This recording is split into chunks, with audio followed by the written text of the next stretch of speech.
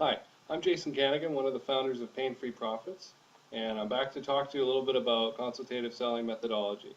And in this video, we're going to look at two topics especially pertaining to prospecting. The first one is your mental attitude, how you're going to feel about yourself when you're going to prospect. And the second is being tough. Not being a jerk, but being tough. And I'll get into what that means exactly in a few minutes. Now, item one, your mental attitude. We know that we're going into prospecting with the goal of coming across to our prospect as a trusted advisor, a problem solver. And we're trying to elicit a reaction from them about certain problems or pain points that are common to their industry and have them go, aha, this person knows what I'm feeling, what I'm experiencing, and I'm going to share with them a little bit more and a lot more than anyone else who called. I'm going to share with them details about what's going on. And that's how we're going to move through the process. However, how do you start? Well, you should never, ever, ever try to prospect if you're not feeling up. You need to feel your best. You need to feel awake, alert, content, not filled with false enthusiasm. That false enthusiasm is the kind of the oil slick of the slimy salesperson that we all love to hate. And we don't want anything to do with that. You want to be Herb Tarlac from WKRP in Cincinnati, you go somewhere else, because that's not what we're going to do in consultative selling. And he wasn't very effective either.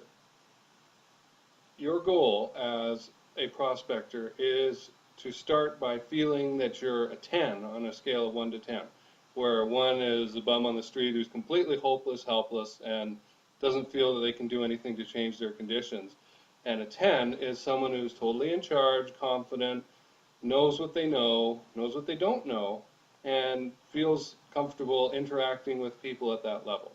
This means that you are as valuable as any CEO, president, vice president, superpower out there, okay? You have as much to offer, and I'll tell you why.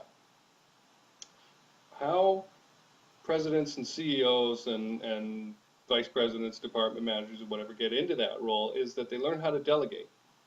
Yes, they got and they get good results on their own, but they magnify themselves by being able to delegate. And that means that they do not actually understand the technical side of everything.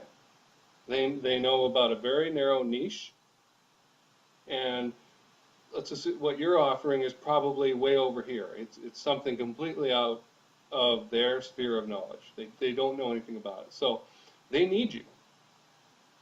If you're selling software to accountants, they need you because they don't have the ability to program something that organizes all their information in a way that's useful and helps them make money better, faster.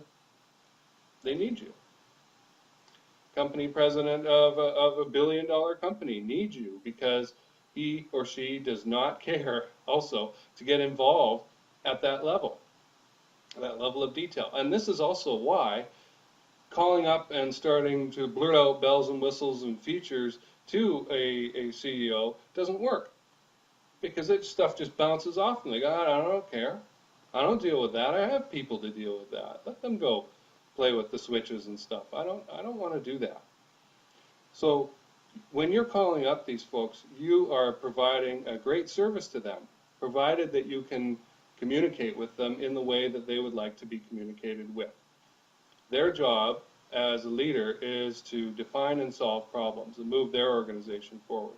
Your job is to be that trusted advisor and to be that problem solver. You have just as much value as they do. So you want to be a 10. If you're not a 10, don't prospect. Go and call up your coach, call your sales manager over, not complaining, but saying, look, I need help in this specific area. Can we work on it right now so that I can get back to prospecting? Go online and look up articles on how to prospect. Make sure you're looking for the right thing on consultative selling. You don't want to get bad information up here. All right. So being a 10, you're not always going to feel a 10. I mean, you always are, but everybody's emotions go up and down. It's kind of the analogy that's been given to me is you think of it as a castle that's surrounded by the moat and it has the drawbridge, and you yourself, the 10 personality, are in the castle, and nobody can really get in there unless you let them in. If you raise the drawbridge, they can't come in. They can say all they want to you, and all that stuff's just going to bounce off you. Now, nobody should treat you that way anyway. You should qualify that prospect out or that customer out if that's the way they're behaving. Unless, of course, you've done something wrong in the fulfillment stage and then take responsibility for it. But nobody can make you not feel a 10 or less than a 10 unless you let them. This is something we all forget. I forget it from time to time and get frustrated, and then bing, it'll pop into my head, or I'll read something that reminds me of it. Oh, what was I thinking, right? I'm me. I'm better than this. All right. So we're going to move on now from the mental attitude of being a 10 to being tough. And the importance of being tough in prospecting, and in fact all the way through the consultative selling process, cannot be understated. It's vital. Now, the problem that we typically run into with salespeople is that they are so earnest and eager to make sales that they're always trying to make that square peg prospect fit in that round hole to turn them into a customer, and it's never going to work. And that's why you see these lists of repeated attempts at contacting and having a conversation with someone, and it just isn't working, and you can tell it's not working. And they do this because they have no other method of prospecting. They don't know what else to do. So they just keep battering away at it and hoping that the customer's door is going to break down, but it's never going to happen. So we're going to change that. Our approach with prospecting is going to be to remember that we're a 10, that we bring that to our side of the conversation. And we're going to be tough because we're going to recall that we have the right as salespeople to decline any sale. We can say at any point during our conversation with a prospect, you know, this just doesn't sound like a fit. I'm sorry. And walk away.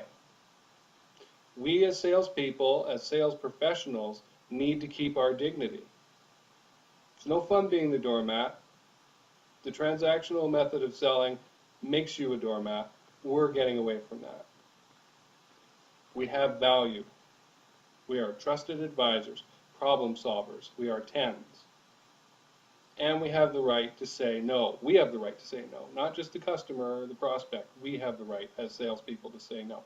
There's a saying, the best sale is the one you never make, because you didn't get involved with that crappy customer that complains all the time, without justification and treats you like dirt. We don't want that kind of customer. We want great customers. They're out there, and we're going to find them. This is the toughest thing, this being tough, for salespeople to get into their heads, because the salesperson is earnest. They want to make the sale. They want to show off to their boss. They want to bring their husband or wife home something new that they paid for out of their big commission check. So this business of salespeople trying to make everybody into a customer is the biggest problem that we as salespeople face. And we need to be aware of it. We need to confront it. We need to overcome it. Not everybody is going to be a customer. Not everyone deserves to be a customer of you, Mr. or Mrs. Expert, Miss 10, Mr. Top Officer. You have the right to choose. And if it doesn't look like it's a fit for a lack of understanding their problem and their failure to communicate it properly with you, for your solution not being the best fit, or for their inability to pay for it, or some kind of implementation problem that's going to make it too difficult, many other typical problems that say this is going to not be a fit, you have the right to say no, and you have the right to bring it up for everybody else.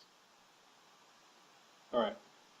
So that concludes this video on being tough and also being a 10. I hope that it's been useful to you, and I hope that you'll go forth into the world now and be a 10 salesperson and be tough and qualify your prospects accordingly. Thanks a lot, and I look forward to talking with you again soon.